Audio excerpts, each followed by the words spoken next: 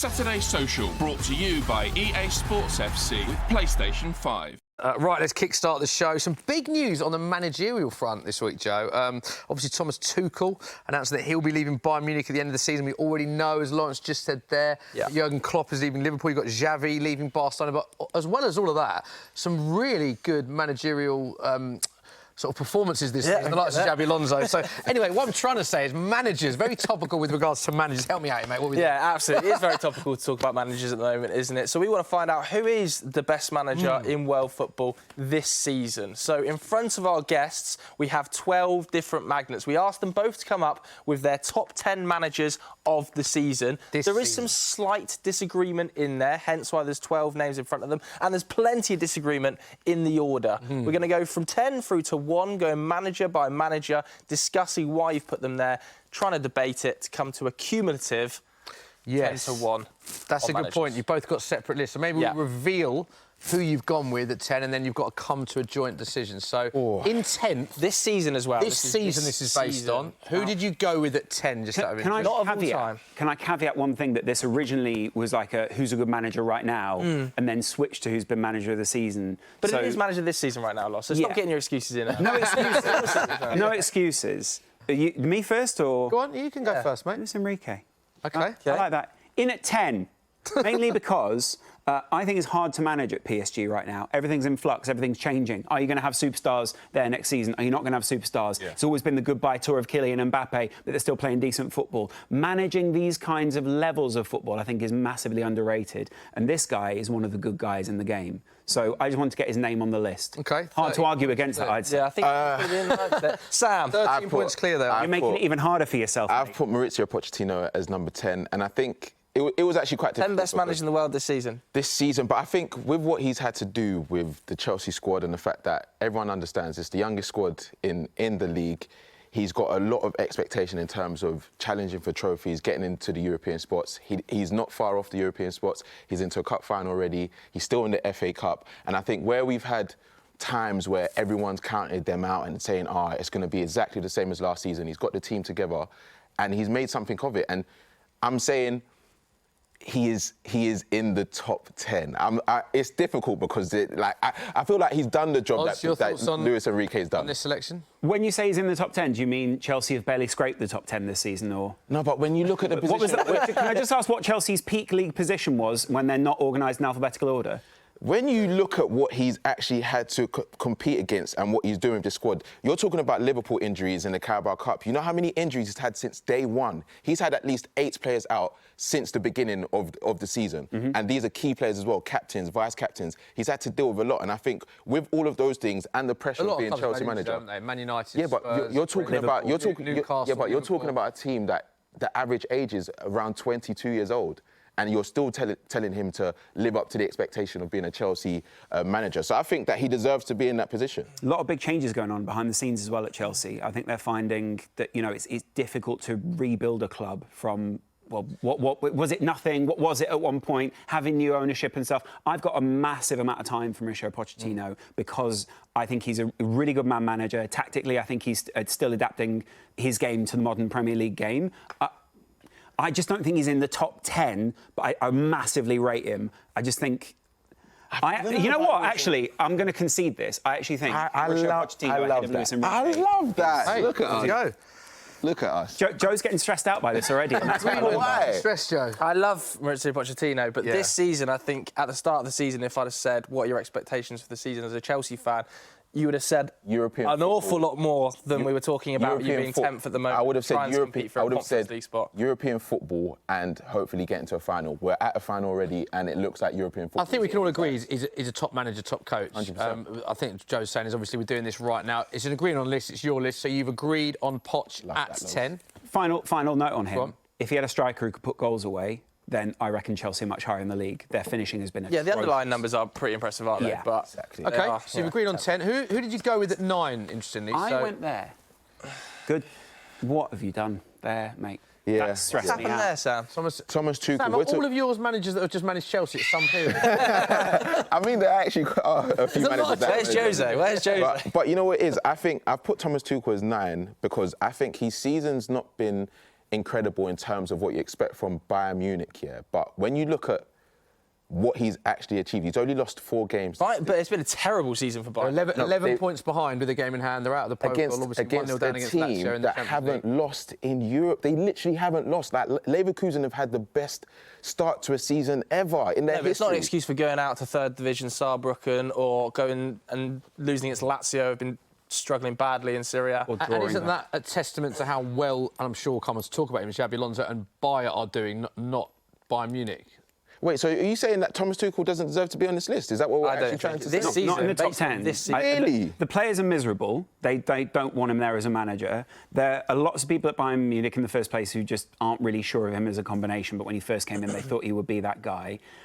I think there's better football being played in Europe. And I also just think that if you're Bayern Munich, you should be at the top of the table. The minimum you expect is that. And so the fact that they're not, and they're just serially underachieving, even in the Champions League, it's not going that well, it just doesn't speak to him being one of the top 10 managers. We were talking about this guy, Luis Enrique, we're talking about what he's got to contend with. What's he got to contend with at Bayern? No, but I hear you, but I just found it really hard to not put him on this list. No, like, it was difficult to do it as of right now, yeah, but I look at what he's had to contend with in terms of the Bayern Munich hierarchy, the fact that he's not been able to get his #1 targets. Yeah, you can say that's down to him. He's got Harry Kane for 100 million this summer. Yeah, of course, but in a position that was really key, Paulinho, he's wanted him for 2 windows, not been able to get him. Wanted a centre-back. He had to get Eric. 40 million pounds. But of course, and that's why I say that I can concede him not being in the top 10, but it was difficult. Let's concede. Let's quickly chat about Michel, shall we?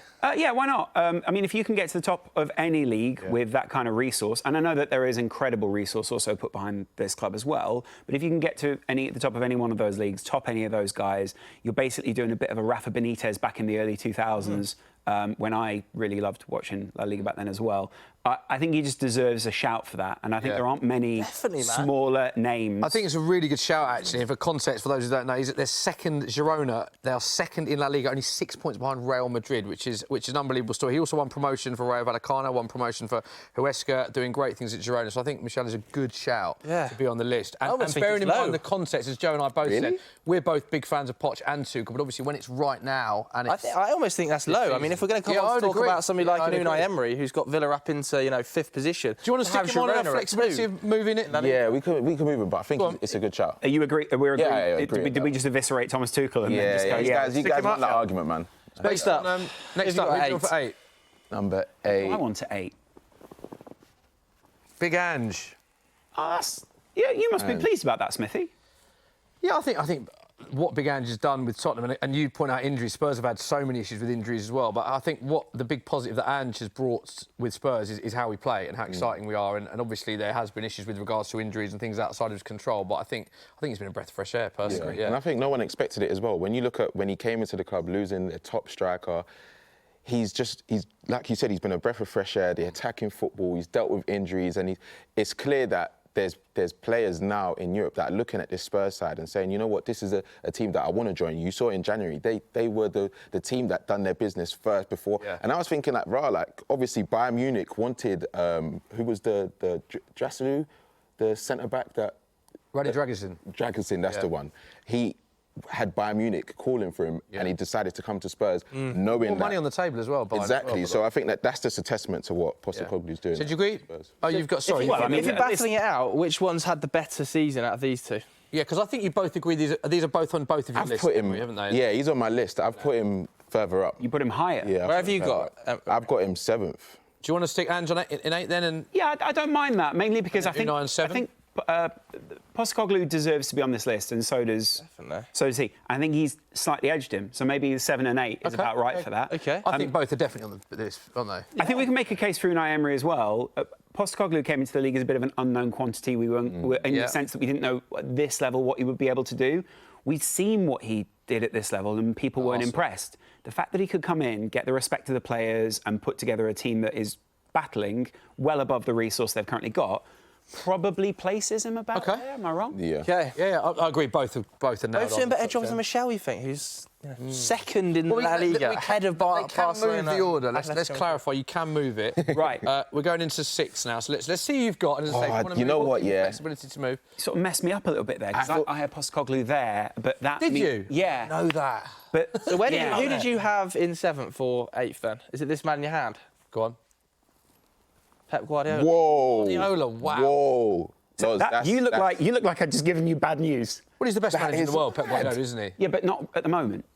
I'm not having that. I'm not having that. Think, eh? Sorry, but we're not talking about reputation here, guys. If we're talking about reputation, then that's a whole other thing. But we were told it was this season based on what was going on in the leagues, and this guy isn't performing with massive amounts of resource. They messed up the summer transfer window, which is part of, by the way, this season leading into this season. He's not performing. You They could still win a treble, though. They could still win a treble, but at the moment they're not at the top of the league for that. They're fine in the Champions League, and I mean Demolished Copenhagen. Well done. Do you know what I mean?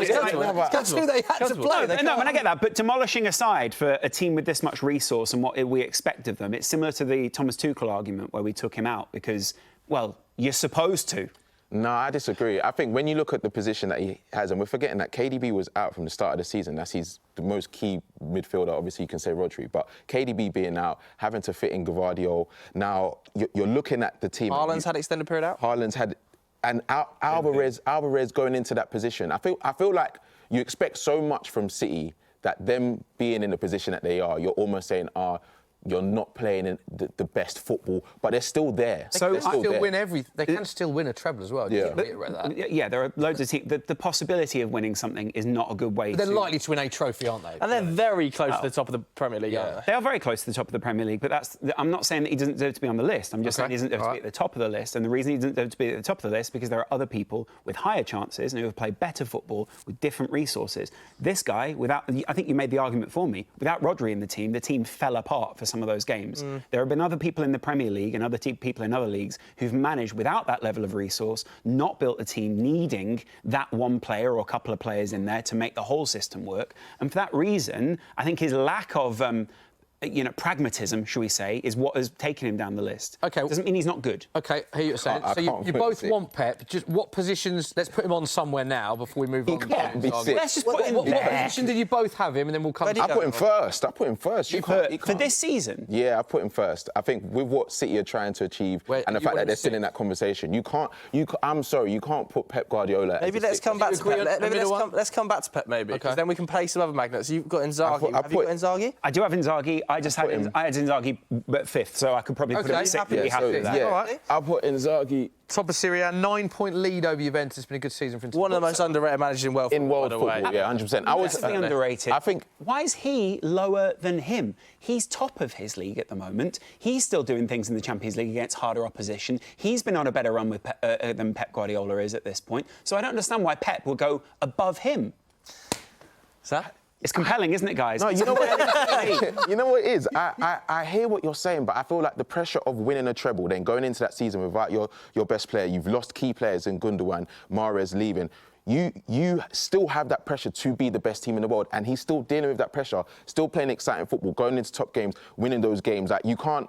I feel like he's a victim of his own success. Like, with Inzaghi, yes, you can say that, they didn't win Serie A last year. They won the Coppa Italia on back-to-back seasons, but the pressure's just not the same. The fact that he's still being able to ride that out, Pep still has to be the top manager. All of these managers on this list who I've got ahead of Pep Guardiola have equal, if not the same, and more pressure than Pep Guardiola. There's no chance. Okay, I think we'll have to come back to Pep. Who's at 5? Who have you got 5? Who have you got 5? Mikel. Come back to Pep. Let's come back to Pep. So I had Inzaghi, so I could probably... I'd be happy to negotiate and just put Pep in at 5th. I feel like you have to put him down. So you've got Arteta ahead of Pep? I have Arteta. Well, Arteta in almost all competitions has the same things available. If we're talking about winning a treble or whatever it is, then...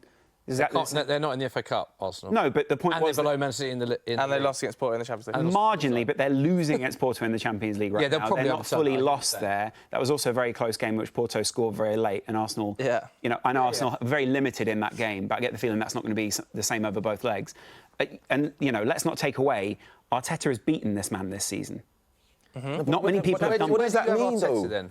You can't put. What do you mean? What does that mean? Winning against this manager means that manager outthought this manager, and therefore in one game, like that's what I'm saying. Like, he spent more time above Man City in the league than Man City has spent above him this season. No, but you can't tell me. Mikel Arteta's having a great season again, but there's been periods, and we've said it. Arsenal. There was a period where we were saying Arsenal aren't really playing the exact. Obviously, they're not going to play the exact same because teams are going to set up differently. But they weren't as exciting. It seemed like they were not running out of ideas, but the signings that they had made weren't really contributing as you'd expect them to contribute. Now they've had a run of games where they've scored a lot of goals, but still you can't tell me Arsenal are in a better position than City. You just can't. Can I just say, if I'd have just replaced the name Pep Guardiola and Man City with the case that he just made, I could say exactly the same thing. City started the season very slowly in the first place, and everyone said, well, in the end they'll click. They always click in the end. They've had a load of injuries. Some of their signings weren't clicking. Team. What? That was their. You're talking about a City without their best attacking player. Having to embed in a few players that you'd expect. Yes, they came for a lot of money, but they had a lot of pressure to perform for that side. You're talking about an Arsenal side that made big signings, bringing in Declan Rice. They still had everyone available, and it just wasn't clicking. Now it is clicking now, but I just don't think that he's been better than. Who do you think is more likely to win the league this year? City. I think at this point you could probably put it 50-50, if not 51-49. So the point you don't expect to see more from Pep or City in the. I expect to see a lot more, but it's margins at the very top level here, and I don't want to say it, guys, but I think there's a bit of an anti-Arsenal bias here on the show at the moment. No. No. So for context, this is the best 10 managers in the world this season. So all of these managers are top managers. Mikel Arteta. It's your list. We're massive fans of both, but you two have to agree on an order, which is proven very difficult. Thank you for being a big fan of us. But I think the point is with a decision. You know what it is? I just genuinely can't put. Pep has to be. If he's not first, fair enough. He can't be below the top three. He just can't be that for me. I won't. Are you happy with Arteta at 5 then? I think that's way too low and disrespectful to what Mikel Arteta's achieved. I know Where that do you want him then? Where would I have put Arteta? 2. Just checking his list. 2. Gosh, that's nah. Can you agree on somewhere in the middle then? If you say 5 and 2, do you go 4? What? You know what? Put Arteta in at 4 for now as like a holding spot. OK. But I think that's disrespectful to Mikel Arteta. And I think if you're looking at the resources available to both managers, and we spoke about Ange Postecoglou picking up the phone and convincing a player to come to his team instead of Bayern Munich. Guess what? When Man City missed out on Jude Bellingham because Man City thought they were going to get Jude Bellingham, they definitely did. That's a fact. They went. They went down the list and they went, who's next on our list? Declan Rice. And guess who was ahead of these guys? It was those guys. But it was already agreed. They came in late. They came in late. They came in late. But guess who we're talking about? Messing up transfer windows, not getting in those resources, not getting in those big names. Wow, I think that's harsh on Pep. I think at this point we have to judge people in a way where we say you are operating at the very top level at almost a boutique. We've got to move on from Pep. We've got to move on from Pep. We'll come back to Pep, but let's put him in holding there. OK. OK, yes. Right. Who else have we got? OK, if we've got anyone less, then then Jurgen Klopp has to go 5th. Then Jurgen Klopp has to go 5th. Number 2? Oh no, are we just leaving? What are we doing, league? boys? What are we doing? At the top?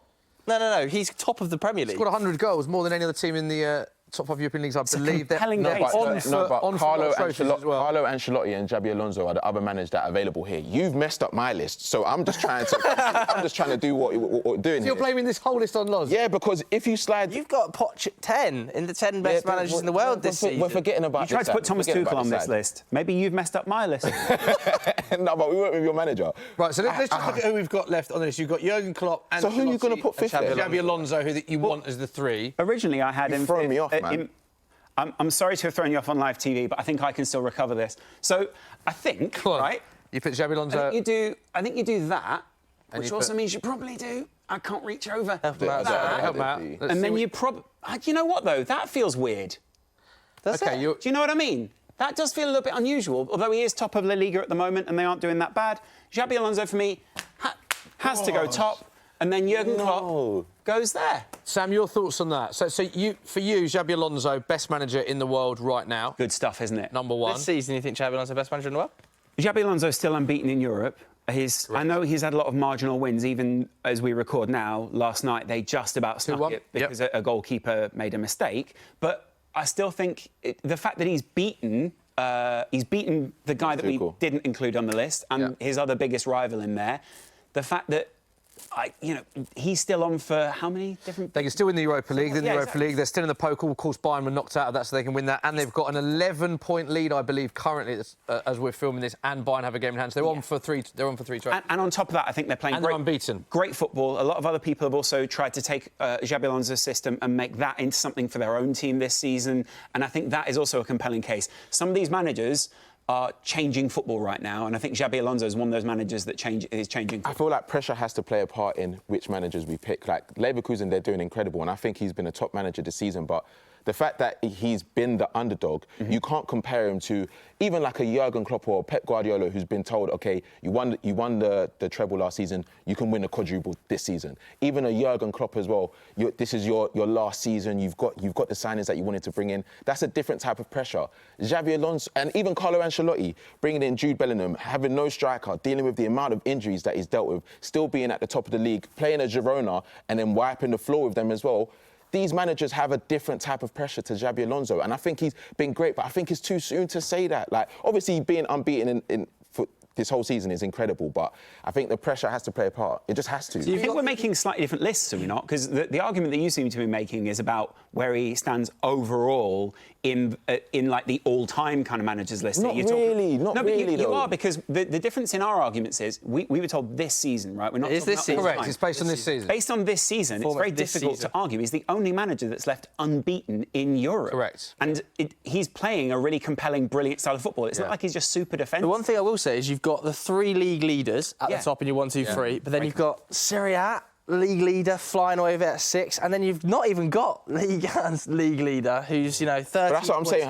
What does it count for? Like, what does being top of we can go off of them being top of the league, but I just think Thinking that feels muddled here, lads. But it's not. So I'm just saying, jobs are different, man. The jobs are different. The jobs are different, but I also think that you could flip the argument that you made on its head and say the complete opposite. The reason that the expectation is on Pep Guardiola is because he's had so much resource. There is just he's almost unlimited amounts of resource to Pep Guardiola, not only on the field but off the field as well. The same for Carlo Ancelotti. If we're talking about him managing without a striker, it doesn't mean he doesn't have goal scorers in his team. No, but he's had to adapt. He's had to adapt to that. He's had to bring the best out of. He had to adapt with one of the most expensive players of all time, and basically the only signing that everyone in Europe wanted to sign at that point, Jude Bellingham. No, but no one expected him to get what he's getting out of Jude Bellingham right now. This is the top 10. Just very quickly, what would you move? Who was your number one? Just quickly. Pep was my number one. Pep was your number one. Would you Xabi was. swap Pep and Xabi? No, I would move it down and put Xabi second. Okay. Right. Well, there is. I'd like to say. Do we want to make any? Are we convinced with 10? It's 10 that you want to focus on here. All right, let's move on. There is confirmation of the not agreed in any way, shape or form. Top 10 managers in the world right now. Let us know what you think of that at home.